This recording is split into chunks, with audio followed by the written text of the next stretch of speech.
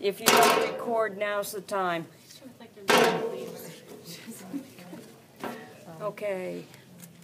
Cerebrum, cerebral hemispheres, longitudinal fissure, transverse fissure,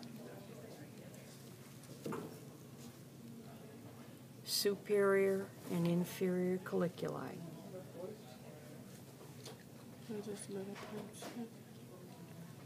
Okay.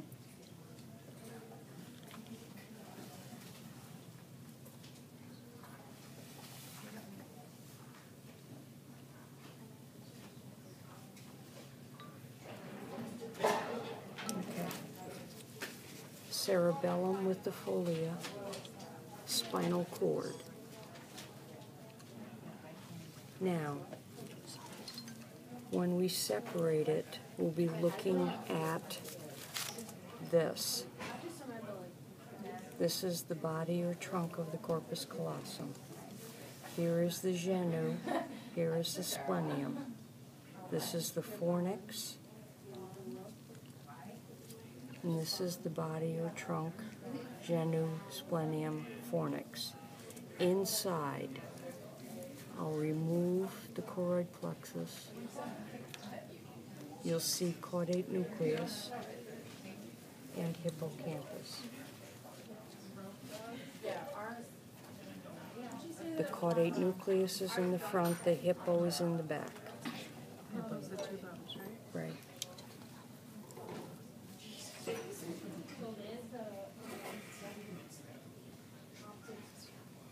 Okay. Optic nerve or optic chiasm, the white body. Hypothalamus would be here. Mammillary bodies would be here. See?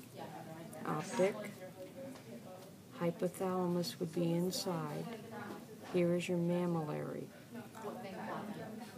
Then we would do cerebral peduncle. Here is your pons, here is your medulla, there's your spinal cord.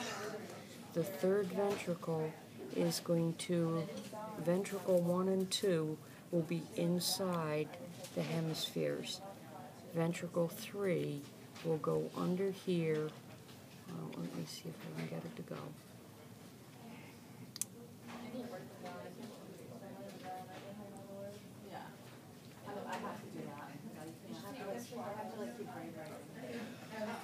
It's going to go under, around, and over to an aqueduct.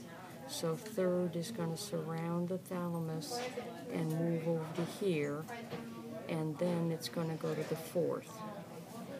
Here is my pineal body, what's left of it. Here is my superior and my inferior collicula. My fourth ventricle would be here. This is my arbor vitae. This is my cerebellum, spinal cord. Olfactory bulb, olfactory tract, optic nerve, optic chiasm, optic tract, infundibulum, mammillary, oculomotor, cerebral peduncle, pons, medulla, spinal cord. What's significant is here. This is the pyramidal tract of the medulla. That's important because of the decussation of the pyramids. So my stroke, when I had it, affected the same side of my face and the opposite side of my body because of the crossing over on either side. Okay? Questions on that? Now, let's make a brainstem. When I make the brainstem, what you're going to end up having is something like that looks like this. This is this. There's your thalamus. There's your pineal, superior, inferior. Fourth ventricle is here. That would be right here. This is a cerebellar peduncle. Here's my spinal cord. My third ventricle, you can't really see, it's not open because we have the aqueduct in play. Okay. So I'm going to show you how I make one.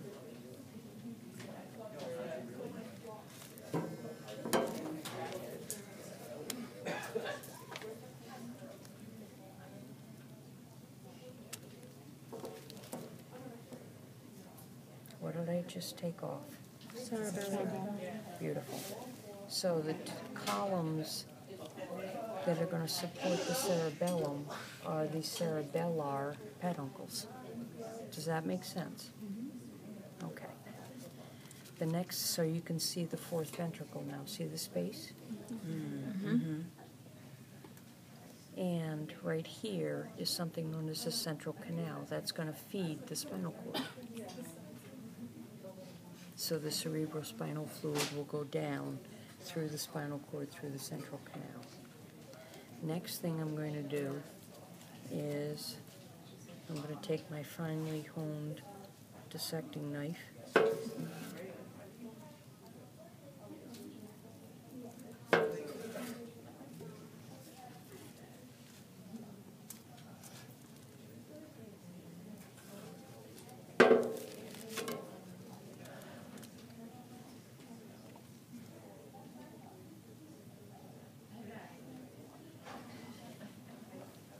What's this stuff?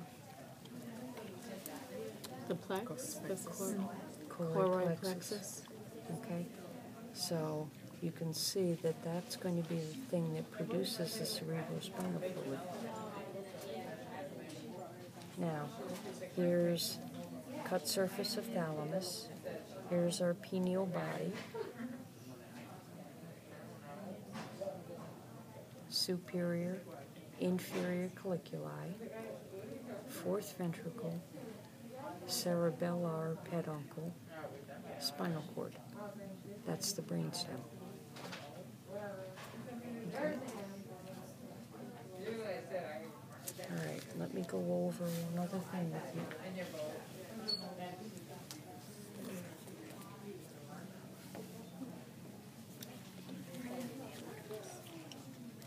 You didn't.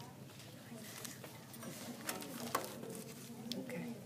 This is a spinal cord model. It would be in here like this. So, this is the root of the spinal nerve. Here is the bump in the back. That's the posterior root ganglion. This is the posterior root of the spinal nerve. Here's the posterior gray horn, lateral gray horn, anterior gray horn, anterior root of the spinal nerve. The posterior part is sensory. Then we go to interneuron. Then we go motor. These are the anterior white columns, lateral white columns, posterior white columns, anterior median fissure, posterior median sulcus. This is called the great commissure. It's as if you're holding a dumbbell. Where you hang on to is the commissure. This is the central canal. This is exactly the same thing as that little tiny hole. So if you look at the outline,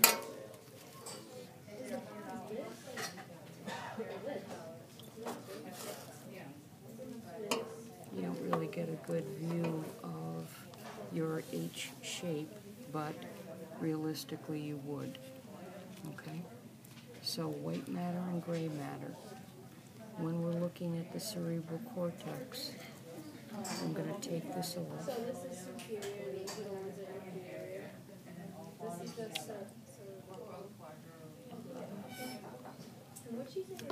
I'm going to give you a coronal section. You see white and gray? White are the nerve cell, the myelinated axons. Gray are the nerve cell bodies. They're gray because the Nissl bodies are rough endoplasmic reticula, so they can produce proteins. So gray and white. So if there was like demyelination, would it just turn like almost a grayish color on the same as yours? Yeah, and the impulses wouldn't transmit quite as fast. Okay, questions? Okay, All of this going to be in the practical? yes it is.